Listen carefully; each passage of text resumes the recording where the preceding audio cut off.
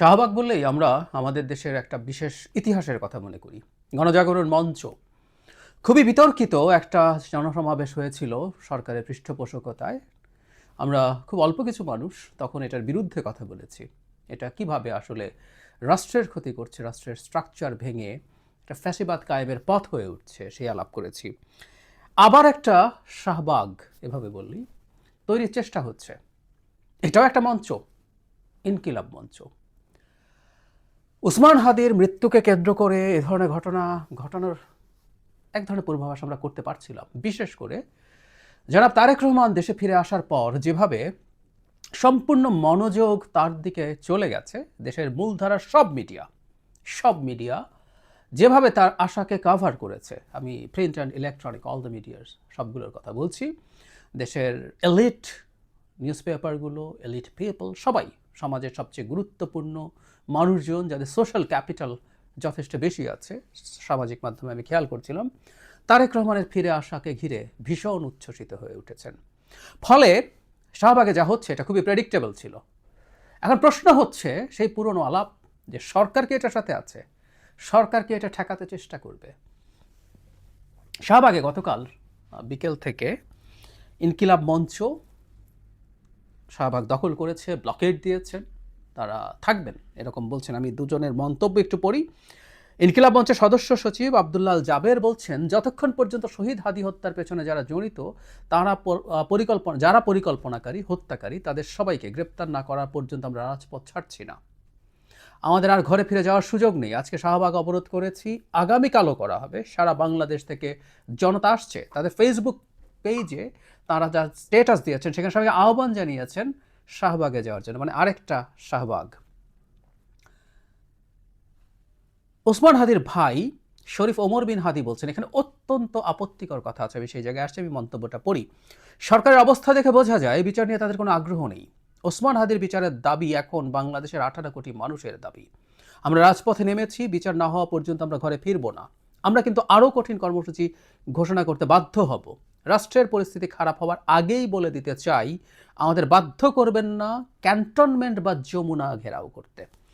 আচ্ছা, আমরা ধরে নিলাম প্রধান উপদেষ্টা দেশের চিফ এক্সিকিউটিভ, তো সব দায়িত্ব বা দায়িত্বহীনতা, ব্যর্থতা সব কিছুর দায় তার। সুতরাং যমুনা কেন ঘেরাও করতে হবে আমি মোটামুটি বুঝলাম। ক্যান্টনমেন্ট কেন? সেই পুরনো গল্প, যেখানে যেটা ঘটুক না কেন, আমাদের কেষ্টা বেটা, 2-4 জন কেষ্টা আছে, আসিফ নজরুল একজন, জেনারেল ওয়াকার একজন, এটার পেছনেও ওয়াকার এবং ক্যান্টনমেন্টের প্রতি এক ধরনের চাপ এবং হুমকির চেষ্টা।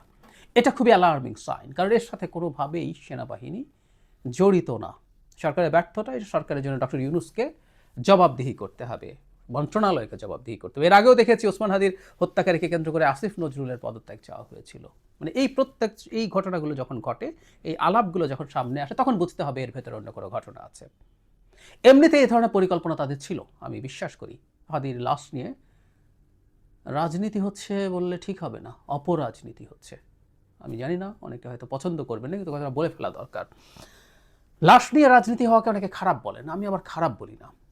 একটা মানুষ যে কারণে মারা গেছেন সেটাকে ভিত্তি করে রাজনীতি হতে পারে, আমি এটাকে মোটেও নেগেটিভলি দেখি না। আমাদের গুরুত্বপূর্ণ যত ঘটনা ঘটেছে, 52 সালে আমরা আমাদের যে ভাষা আন্দোলনের সময় যেসব মানুষ শহীদ হয়েছেন, 69-এর গণঅভ্যুত্থানে যারা শহীদ হয়েছেন, আমরা তাদের লাশ নিয়ে দুর্দান্ত রাজনীতি হয়েছে, এটাকে আমি খারাপ অর্থে বলছি না, ভালো অর্থে। সেই লাশকে সামনে রেখে শপথ হয়েছে, সংকল্প হয়েছে, স্বৈরাচারী ব্যবস্থা ভাঙা হয়েছে, নূর হোসেনের লাশকে নিয়ে রাজনীতি হয়েছে, ভালো রাজনীতি হয়েছে।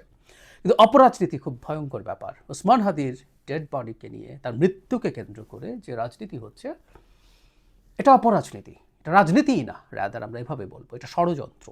আই রিপিট, এটা ষড়যন্ত্র। কারণ ওসমান হাদি যা করতে গিয়েছিলেন, এইসব করে আসলে সেটাকেই ধ্বংস করার চেষ্টা করা হচ্ছে। আমি ওসমান হাদিকে নিয়ে যখন ভিডিও করেছি তখন বলেছি, তিনি 5 আগস্ট পরবর্তী সময়ে তার মধ্যে কিছু কিছু আচরণকে আমরা ঠিক to some extent anarchist attitude বলতে পারি, কিন্তু পরবর্তীতে তিনি একেবারে আদি অকৃত্রিম গণতন্ত্রের যে বেসিক কথা, নির্বাচনের মাধ্যমে রাষ্ট্র ক্ষমতায় যাওয়া, ঠিক সেখানে গিয়েছিলেন।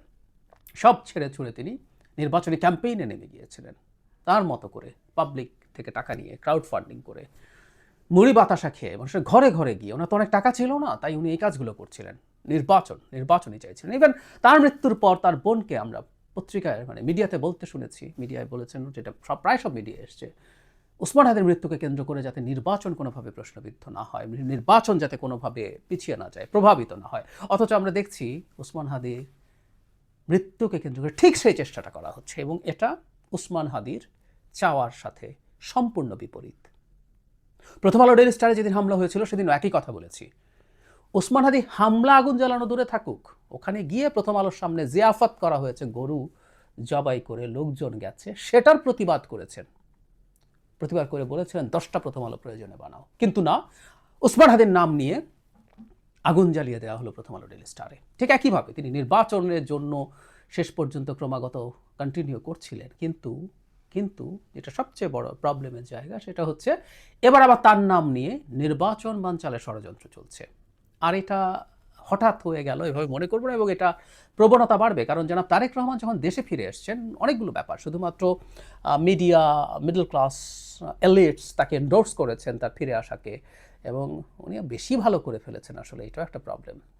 উনি দেশে আসলেন, যেভাবে স্বতঃস্ফূর্তভাবে মানুষ তাকে গ্রহণ করলো, আমি ঠিক জামায়াতের কথা বলছি না, যে অসাধারণ স্টেটসম্যানশিপ প্রমাণ করে এরকম একটা স্পিচ দিলেন, কিছুই আসলে করার ছিল না, ফলে কিছু একটা কেওস তৈরি করা, কিছু মনোযোগ যেন তারেক রহমানের ওপর থেকে সরিয়ে নেওয়ার চেষ্টা, সেই কারণেই এটা গতকাল শুরু হয়ে গেছে। এটা হয়তো আবার পরে কখনো হতে পারতো, এবং এখন এক ধরনের প্রবণতা হচ্ছে এটা কন্টিনিউয়াস করা, মানে আরেকটা গণজাগরণ মঞ্চ। খুবই অ্যালার্মিং। আমি সরকারের কাছে আসলে কতটুকু আশা করব, কারণ প্রথম আলো ডেইলি স্টারের পর এটা একদম স্পষ্ট, এটা আমরা দীর্ঘদিন থেকে বলছি, এটা এখন আরও মানুষজন বলছেন, নুরুল কবির বলছেন, এটা নাহিদ ইসলাম বলছেন, যিনি সরকারের অংশ ছিলেন, যে সরকারের একটা অংশের সমর্থন ছাড়া এটা হতে পারে না। ঠিক একইভাবে বলবো, শাহবাগের এই জমায়েত যদি কন্টিনিউ করতে পারে, এটা আমরা ধরে নেব সরকারের একটা অংশ এটা চাইছে, একটা অংশ টেকনিক্যালি, ডিপ্লোম্যাটিকলি বলছি, একটা অংশ যদি চায় এবং সেটাকে যদি নিউট্রাল না করা যায়, তার দায়ও প্রধান উপদেষ্টারই। সুতরাং এটা আসলে সরকারের চাওয়া হবে, ধরে নেব, যদি এই জমায়েতকে এখানে কন্টিনিউ করতে তারা দেন।